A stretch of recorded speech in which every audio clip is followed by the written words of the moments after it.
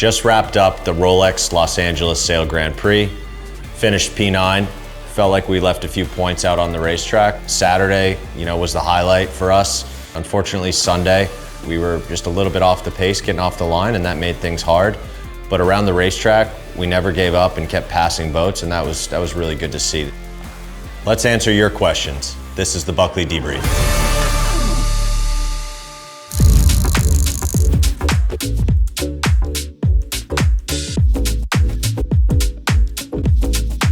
We had a mixed weekend, but Friday in official practice racing, we started out quite strong.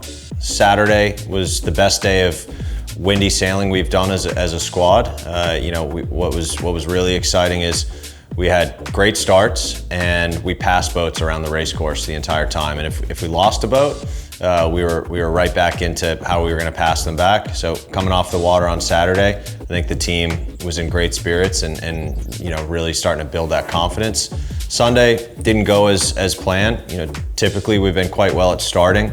We were on the back foot. It was a difficult day. It was right on the line of foiling and H1 or H2, which is the most difficult type of sailing. And the best teams, they made it look easy, and we were just a little bit off the pace. But on the bright side, after a couple bad starts, we were always passing boats. And again, that was something that we couldn't really do last year, so big progress. So I look at it as a glass half full. It was a good weekend to walk away in the points, but by no means are we satisfied.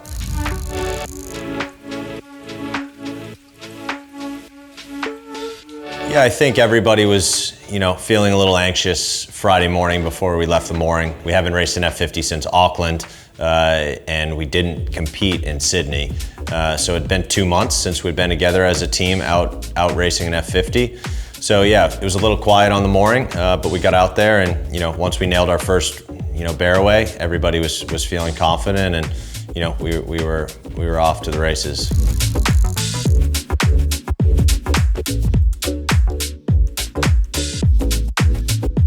Racing against the best sailors in the world is quite difficult, and when you don't execute your game plan, you can expect to be unhappy at the end of the day. And I think we just didn't quite execute our starting game plan, and that put us on the back foot on Sunday around the racetrack. So but I think everybody's super competitive and nobody's satisfied, but we took a few really nice steps forward, and this is going to be a process, right?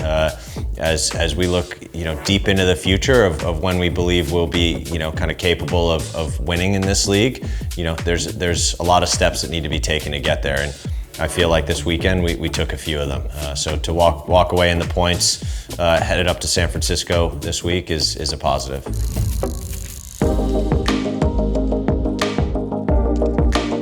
Yeah, this morning everybody's straight back into kind of gym mode, recovery mode, looking at game tape from the weekend.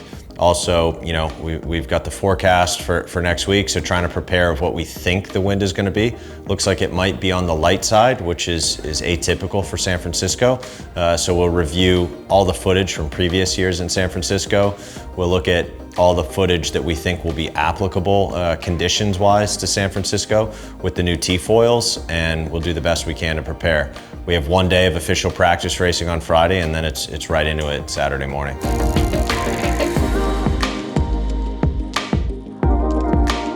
We're going to just continue to try to individually do our jobs the best we can, and that will create the best team environment. The F50 relies on all 6 sailors on the boat at a time, and everybody has to be, pulling their weight, and everybody's working really hard to be able to do that.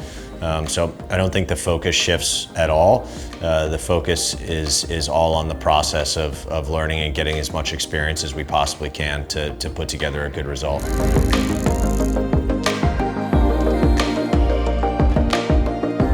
Yeah, our short team plays a big role in the team's success, right? We're combined, we have about 22 on our staff, including commercial, marketing, comms, short team, and athletes. It really takes everybody to build the business and the results that we want on and off the water. We have what I would like to say is the best short team on the grid, led by Josh, who is a a previous Moth World Champion. So not only is he great at taking care of our F50 and making sure we're prepared, but he's somebody that we can lean on to help us with foiling questions. He's one of the best sailors out there. So that's a unique skill that he brings compared to some of the other teams.